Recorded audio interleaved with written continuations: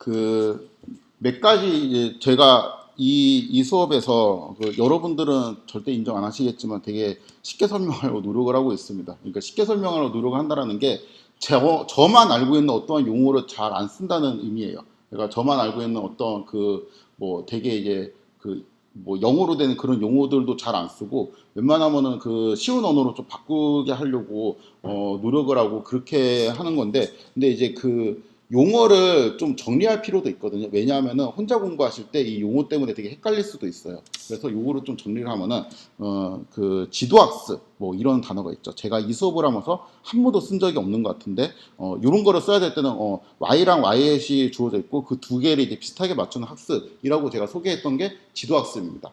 그러니까 이거는 이제 슈퍼바이즈드 러닝이라고 하죠. 우리가 이제 수업 시간에 다루는 데이터는 이제 보통 이런 느낌이에요. X하고 Y 형태로 이제 정리가 되어 있고, Y가 우리가 이제 관심 있는 변수예요. 요걸 이제 타겟 베리어블이라고 합니다. 그리고 Y를 이제 적절하게 추정하는 거에 이제 관심이 있는데, X는 Y를 추정하기 위해 필요한 정보이거든요. 보통 요거를 설명 변수라고 이제 이야기를 해요. 그래서 x는 설명 변수 혹은 이제 독립 변수, y는 이제 반응 변수, 종속 변수, 이러한 이제 이름으로 많이 이제 씁니다. 그래서 우리가 이제 했던 뭐 이미지 같은 거를 가지고 내가 그 이미지가 뭐 개인지 고양이인지 돼지인지 뭐 이런 거를 알고 싶다. 이런 거는 이제 X가 이미지 형태로 되어 있고 Y는 어떤 이제 카테고리형 형태로 되어 있는 거죠. 이런 거 이제 합성공 신경망 뭐 이런 거고, 이 순서는 나중에 순환신경망 때문에 쓴 건데 뭐 이 순서는 그 X들의 이제 순서, 이미지를 이렇게 뒤집어도 고양이인지 알 수 있잖아요. 이제 뭐 그런 거를 의미합니다.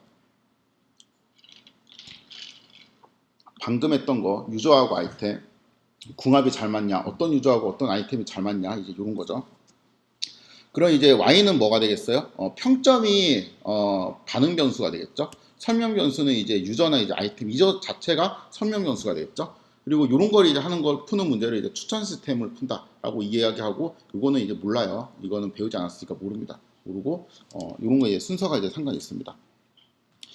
요 카테고리에 대부분 들어가는데, 이 카테고리에 들어가지 않는 태스크가 겐이 있었죠. 겐. 그러니까 그거는 이제 뭐 x를 갖고 y를 맞춘다 이런 게 아니고 x, y를 한 번에 이제 뿌려준다, 이게 목적인 모형이었고, 그 다음에 xai가 있었죠. 이거는 x를 갖고 y를 맞추는 거는 그냥 당연한 건데 그게 왜 맞추는 거야, 그걸 좀 설명을 해봐 라는 이제 모형이었죠. 근데 이제 그런 건 이제 당연히 지도학습에 해당되는 태스크는 아닌데 우리가 관심 있는 이야기죠.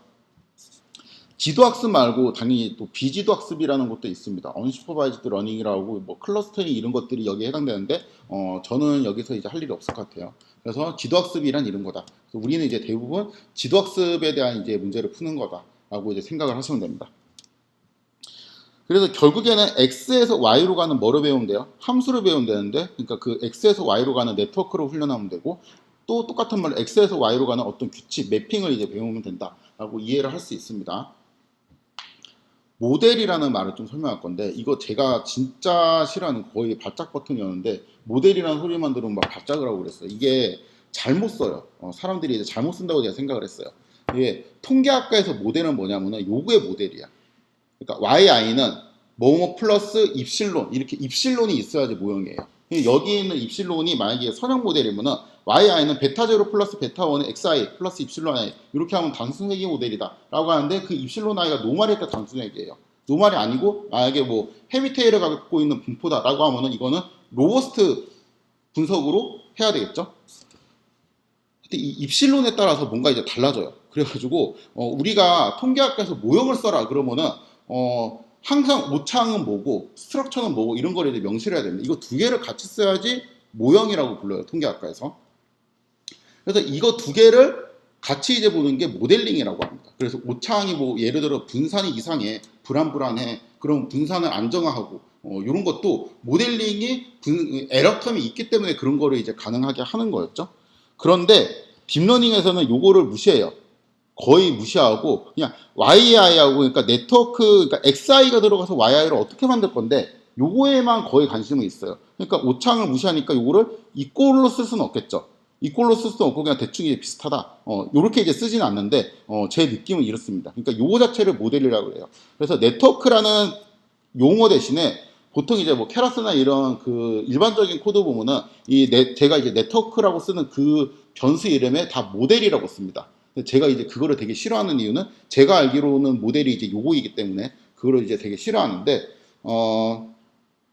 여러분들은 공부할 때 모델이라고 되어 있잖아요. 그러면 이 최규빈 교수가 네트워크라고 쓰는 거를 여기서 모델이라고 쓰고 있구나 라고 생각을 하시면 됩니다.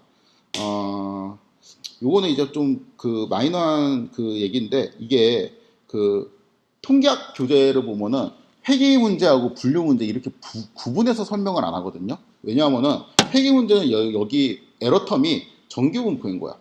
그 분류 문제는 여기 있는 게 바이노미얼인 거예요.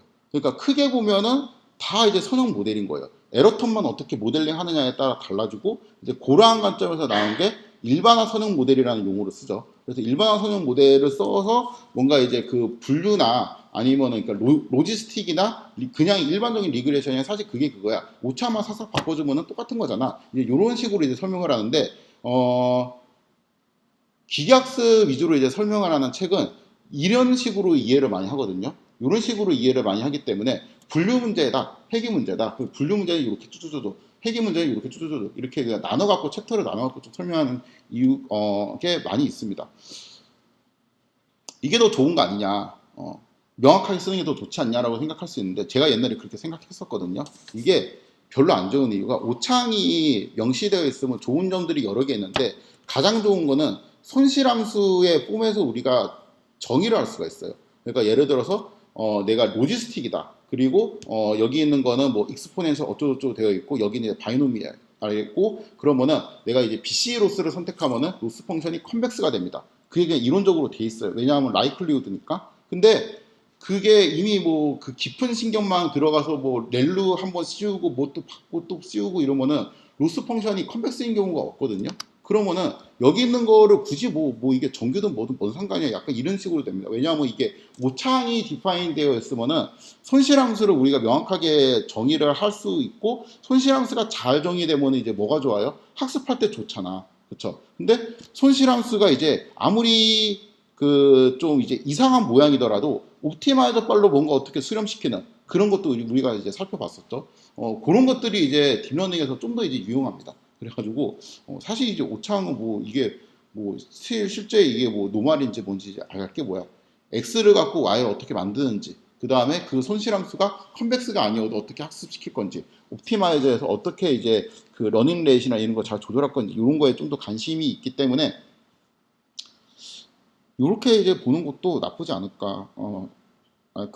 나쁘지 않은 것 같아요, 제 생각에. 그래서 요즘은 좀 그 많이 수그러들었습니다. 발작까지는 안 하고 그냥 저것도 사람들이 모델이라 부르는구나. 통계학이랑 다르네. 재미있다. 그냥 이러고 그냥 넘어가시면 됩니다.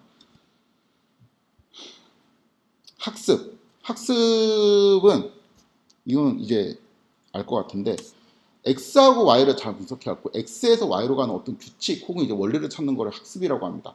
그거는 그냥 파라미터를 업데이트하는 걸 학습이라고 이제 한다고 볼 수 있죠.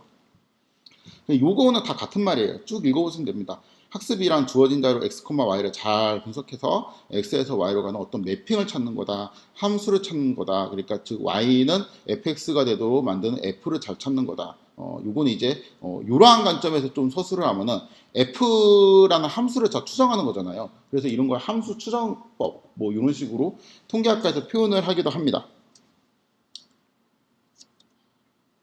그리고 요거는 이제 그 F 자리에다가 모델이라고 쓰면은 이제 이러한 모양이잖아요. 그럼 이제 이거는 그 모형을 학습시킨다라고 이제 교재에서 표현하는 경우도 많이 있어요. 그리고 제가 이 시간에서 제가 이제 모형을 학습시킨다는 그래도 그 정체성 때문에 이 그 정체성 때문에 모형을 학습시킨다라는 표현을 잘 쓰지는 않는데, 네트워크를 학습시킨다고 하면은 그 다른 이제 그 도메인에 있는 사람들도 쉽게 이제 수긍을 하고, 저도 이제 뭐 네트워크를 학습시키는 건 맞으니까, 그렇죠? 모창은 모르고 그 네트워크만 학습시킨다는 거니까 그거는 이제 저도 이제 잘 수긍을 해가지고 보통 저는 이제 요런 표현을 많이 씁니다. 네트워크를 학습시킨다라고 많이 써요.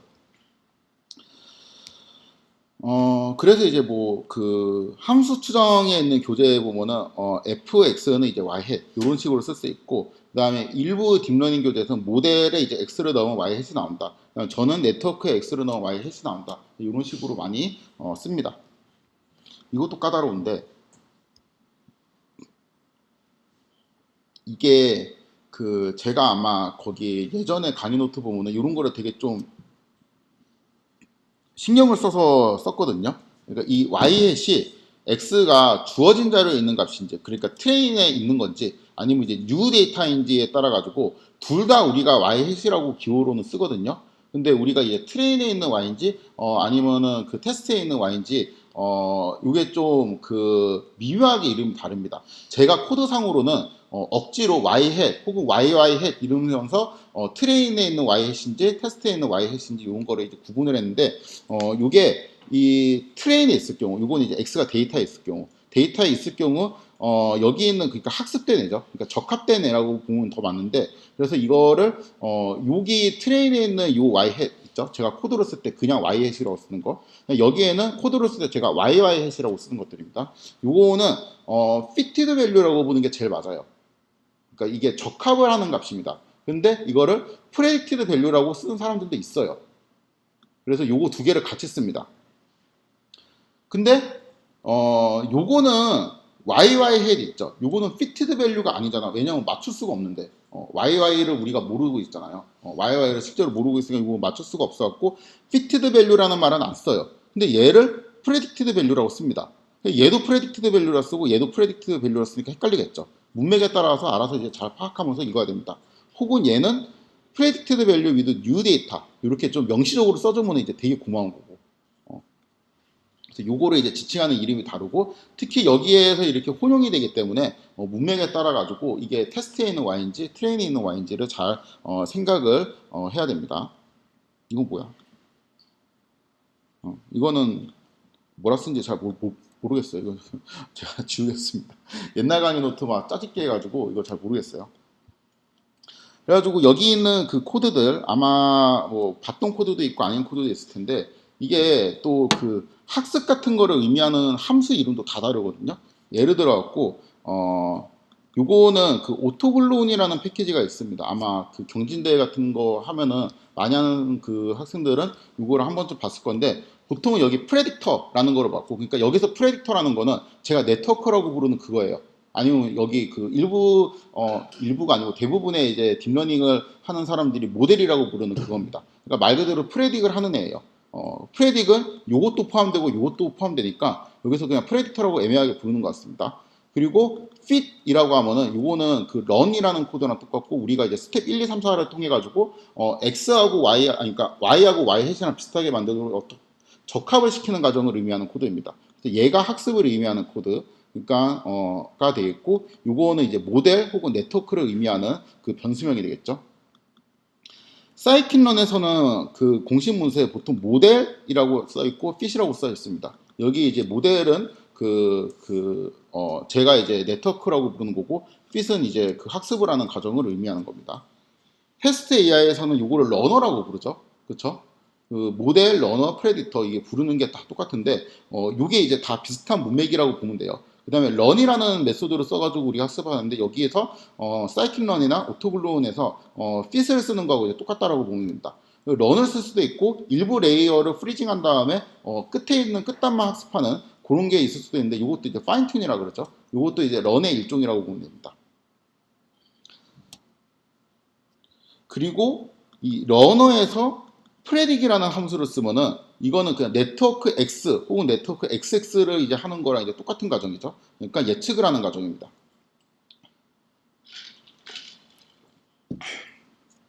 요거는 얘랑 똑같네. 얘랑 똑같은데 얘는 이제 케라스에서 갖고 온 코드예요. 케라스에서는 모델이라는 용어를 많이 쓰고 학습을 의미하는 건 fit이라는 걸 많이 씁니다. 그리고 케라스에서는 프레딕을 많이 쓰죠. 모델 프레딕 이렇게 하고, 파이토치에서는 그냥 이 프레딕이라는 함수 없이 바로 이렇게 가로를 열고 닫아갖고 모형에다가 그냥 모델 아니면 네트워크에 가로를 열고 닫아갖고 그 데이터를 이렇게 집어넣는 거죠. 이런 식의 이제 코드가 많고, R에서 보면은 이건 이제 선형 회귀 분석만 갖고 왔는데 LM 이제 Y 물결 X 이렇게 하게 되면은 여기에서 회귀 분석에서 학습을 의미하는 거예요. 그러니까 이제 여기 fit 아니면 run, fine tune 뭐 이제 이런 거에 대응하는 코드가 여기 있는 코드라고 보시면 됩니다. 그리고 이제 여기에 결과가 있겠죠. 이 안에 fitted value라고 되어 있죠. 이거는 fitted value라는 표현을 썼다는 거는 요거를 의미하는 거예요. 그러니까 트레인에 있는 X에 대한 적합값이라는 의미가 되고, 여기에는 새로운 데이터를 예측할 때 프레딕이라고 하죠. 그러니까 요거는 그 new 데이터를 그냥 뭐 predicted value with new data 뭐 이런 식으로 쓰지 않고 그냥 predicted data 이렇게 표현한다라는 걸 알 수 있습니다. 그러니까 여기하고 이미 그 다르죠. 요런 거나 아니면 요런 거나, 왜냐하면 여기는 그냥 이 트레인에 있는 거로 넣어도 되고 테스트에 있는 거로 넣어도 되잖아요. 의미상으로. 근데 여기는 그 new data 뭐 이제 이렇게 넣게 되어 있죠.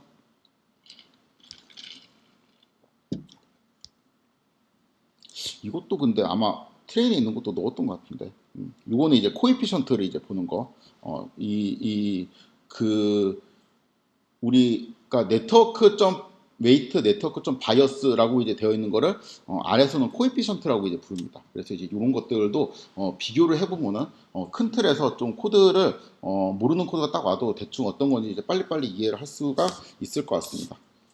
이거는 그냥 잔소리인데 그 참고 자료들이고, 이거 제가 옛날에 이제 강의를 했던 내용들입니다. 이제 혹시 참고하고 싶으면 이제 보시라고. 요거는 제가 이 수업은 그냥 처음부터 독학만 먹고 파이터치만 죽어라 쓰고 있잖아요.